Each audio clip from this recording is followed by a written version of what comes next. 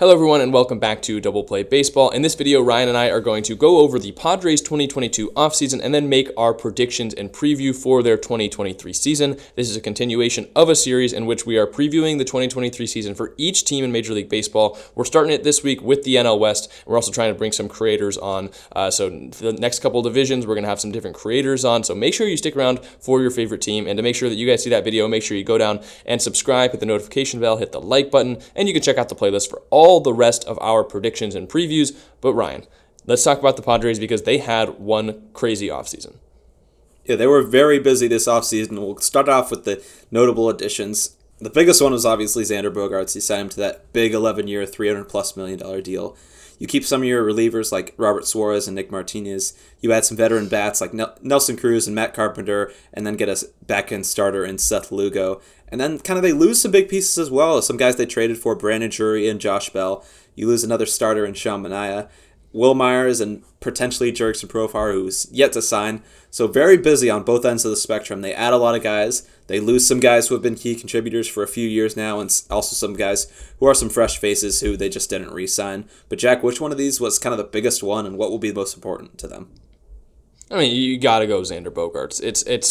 It's a move that none of us saw coming, and also, I would argue, is both a positive and a negative for San Diego. Of course, you got to have him playing shortstop now, which moves around a lot of their different pieces. You got Ha-Seong Kim moving to second base, Fernando Tatis Jr. moving to the outfield, and the positive, I mean, Bogaerts is one of the best players in baseball. He's a stud, top 5 shortstop, an experienced winner who's got experience winning a World Series in Boston. He's one of the best pure hitters in the league. Like, you can't say enough about what Xander Bogaerts does on the field, and I think he's going to be when he's your 5th best at bat, maybe, or 4th best bat. That's pretty crazy for this Padres lineup. But the negative, it's not a move I think they needed to make, and there have been talks now about Manny Machado going to be opting out and potentially leaving the Padres. So if you're deciding this offseason, hey, we're going to sign Xander Bogaerts and we're fine with that even if it means we lose Manny Machado, that's not something I agree with. I think Manny is important to San Diego. He's been one of the most valuable players in the league the last couple of years. And if you're asking me, when you already had 2 shortstops in Tatis and Ha-Seong Kim, if you're asking me which player I'd want more going forward, Machado or Bogaerts, I'd pick Manny every day. So I think it's both a positive and a negative. But overall, it's an all-in move for the Padres that I think is going to be great for them this season at least. Yeah, I ended up going with Bogaerts as well. I've got a couple points on each of positive and negative. I mean, you've got implications outside of obviously adding just a great player. I mean, Bogaerts, like you said, top 5 shortstop, but 11 years is a long time for someone who's, I think he's around 30 years old. So that's a long time to pay a guy $30 million a year. And, you know, it forces Tatis to make the move. Like you said, he played a little outfield when he came back from injury in 2021. But can he consistently make the move and kind of be a good defender? And will it impact his hitting at all if he's not able to make the move? It's just, and then also, you mentioned Manny Machado, but you could maybe keep Machado, but if you keep Machado, maybe you have to lose Juan Soto and you're not able to extend him. So I think they're going to have to choose at maybe one, if they can even sign another one. They've obviously shown that they're ready to pay AJ Preller to pay their guys like they did with Bogaerts, but there's a lot of implications outside just adding a great player for this season right now. There's going to be a lot of more question marks going forward, but it's a great move for the Padres as of now, looking specifically at 2023. Well, and they've got a lot of money tied down. I mean, we talked about they've got Tatis on that long deal. You signed Bogaerts to an 11-year deal. They've got Joe Musgrove on a $100 million extension. They just extended Yu Darvish for 6 more years yesterday when he's already past his prime, I'd argue, in a San Diego Padres uniform. And then you have to talk about potentially signing Manny if he opts out to an even bigger deal than they gave him, which when they gave him at the time, wasn't it like $300 million? And Juan Soto, who's going to command the kind of salaries that we've seen Aaron Judge bring in, and Carlos Correa before his injuries came up, and like one of the biggest extensions that we're probably going to see in baseball. I don't know where this money's going to come from, and I don't know how many seasons they're going to be okay being that high over the luxury tax. So Bogaerts, was it a move that needed to be made? No, and I think it could cause some problems for them down the line, like we talked about for the Dodgers, where the Dodgers have kind of had to slow it down this offseason because of some of the moves they've made in past offseasons, and they haven't been able to bring back guys because of other additions they've made. But if we're just talking about 2023, I think Xander Bogaerts is going to be a big piece of that offense where he's, like I mentioned, potentially your fourth best bat. You've got Tatis, you've got Soto, you have Manny, and then you've got Xander Bogaerts, who it was the number one bat on the Red Sox, would be a number one bat on a lot of teams. And if this team that they put together for this season results in a World Series, I think that's kind of what their focus is. And if they win a World Series in 2023, they're not going to care about the problems they have in 2025 right now. I think that's kind of their focus. They got past the Dodgers last year, and now they're kind of shifting their sights on the bigger prize, the World Series. And I think if that results in it, they're not going to really care if they have to choose between Soto and Machado in a couple years. That they're focused on right now. And if it works out, it's great for them. But if not, we could kind of be looking at this offseason kind of scratching our heads like, why'd you do that? So it's that's another thing that's like the Dodgers. It's a lot dependent on what happens this year. It kind of influences what happens next year, how we look back on this offseason.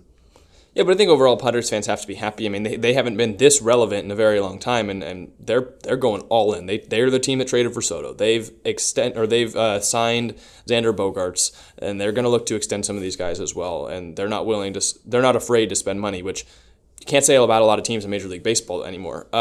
One of the underrated moves I want to talk about in addition is Matt Carpenter, who we saw before injury last season go off for the Yankees. And I think he's important because he's a left-handed bat, where other than Soto, I think the Padres lineup is very heavily right-handed. When you're losing Josh Bell, who was a switch hitter, and you're losing some other guys, having Matt Carpenter to DH most likely is going to be good to break up that lineup a little bit. And we saw him go off in New York. So if he can keep that form for an entire season, they got him, I think, for a bargain. I think it's good to have another left-handed bat in that lineup. Yeah, I mean, you're right. I was a little confused. They also go out after that move and sign Nelson Cruz. So now you're kind of platooning these veteran DHs. So it was a big move if he's able to stay healthy. But he might have to play a little outfield, which he did with the Yankees, and we'll see how that turns out. So what would you give? What would you give him as a grade? Overall, the grade I ended up going with was a B+. I liked the moves they made. I felt like they could have done a little bit more to address their pitching depth, and that's kind of they'll factor into what to expect for them. But they've got as their 5 and 6 starters, the 6 will come into play if someone gets hurt. They've got 2 relievers in that role, guys who have little to no starting experience in their career. So they're going to be having a lot of bullpen games, and that could be taxing over 162 games. So I felt like they could have done more to address that. But, I mean, they're the top of their order right now with those 4 that we talked about, Tatis, Soto, Machado, and now Bogaerts. That's just going to be a deadly top 4. They're so top-heavy. But then you talk about Ha-Seong Kim and Cronenworth and Austin Nola. I mean, their offense top to bottom is just one of the better ones in the league. So they're going to be able to put up runs in a lot of games. And I mean, that's what they're going to have to do to be successful over the long course of the offseason, this 2023 season. But offseason as a whole, I'm going B+. I think they definitely got better, but I wanted to see a little bit more. Yeah, I would agree that I want to see more on the pitching side because I feel like, I mean, they're one injury away from pretty much being screwed. If Darvish or Musgrove go down, they need to score 8 to 10 runs a game to have a real shot. But I went with an A- because, I mean, they weren't supposed to be in the mix for any of these big shortstops. And not only are they willing to offer Trey Turner $400 million or whatever it was, but bringing in Xander Bogaerts when they weren't supposed to get one of those big names in free agency, if you can continue to get better when you're already as good as the Padres are, I gave them a good grade because they got one of the most elite players in free agency as well, and I wanted to give them credit for that. And I liked some of the other hitters they brought in.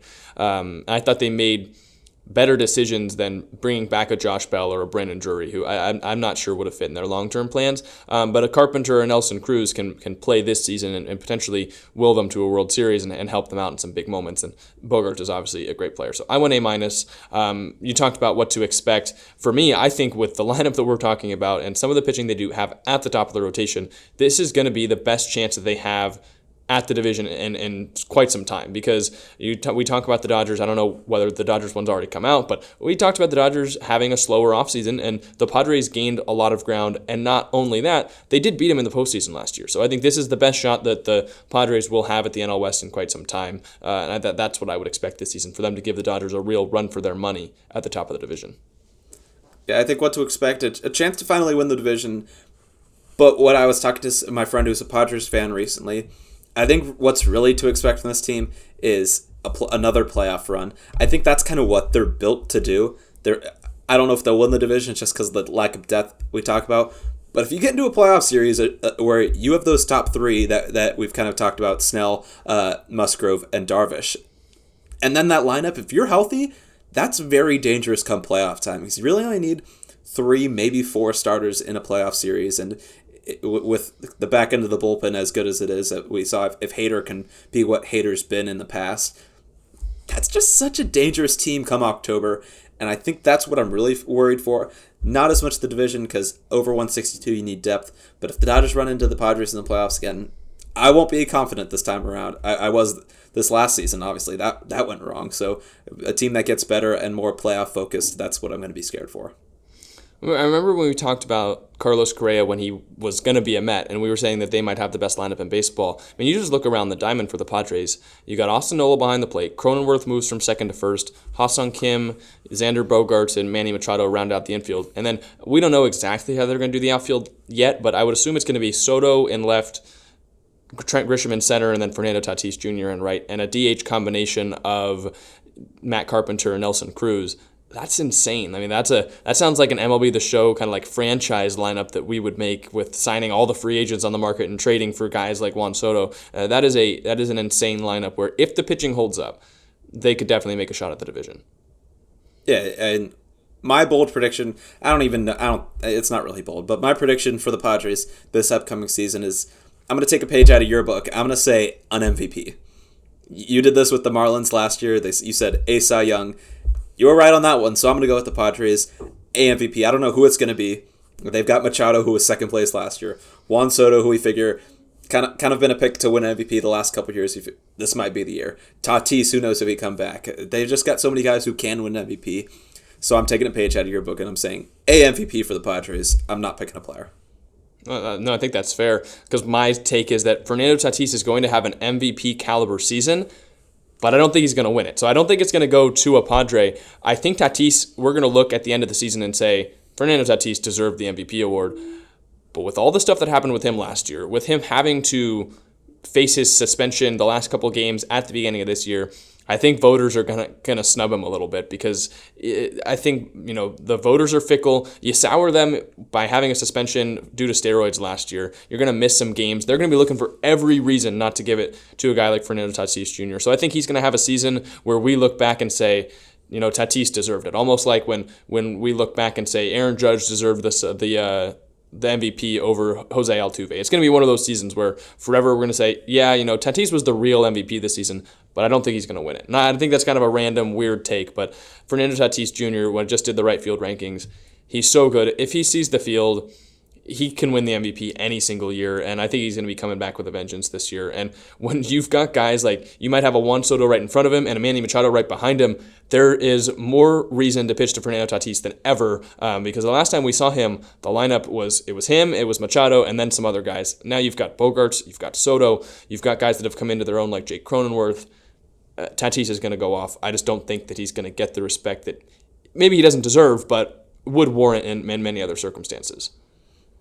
Yeah, and I think you and I can agree as Dodgers and Giants fans, the Padres are going to be one of the most fun teams to watch, and kind of we don't want to see them do well, and we don't want to enjoy, but it's kind of one of those teams that you're just like, wow, they have bring fun to baseball, and so I think that as Dodgers and Giants fans, we're going to not enjoy, but enjoy watching them this upcoming season, and it's going to be a good one for the Padres. Well, what I don't get is why do they get to have those four? I would take one. Like, I just want to take one over to San Francisco. Give me Tatis. Give me Soto. I don't want any of them because I don't like them as it would be weird to think of Manny Machado as a Giant, but they're all fun to watch. They're all energetic. They're all insane baseball players, all-stars, MVP candidates every single year. Why do they get four? I just want one. Yeah, and the Giants, they tried to get their one, but they can't. So no. That kind of does it for our Padres season preview. If you're a Padres fan, let us know what you think this upcoming season's going to look like for the Padres. They've got so much talent. Which one of those guys do you think, if only one, is going to go off this upcoming season? And stick around, make sure you like and subscribe. We're going to be doing every series with some big creators, so if you like baseball content, you're going to see some of your favorite creators featured on this to talk about their favorite team. So make sure you stick around, hit the subscribe, and we'll be back soon with our next video.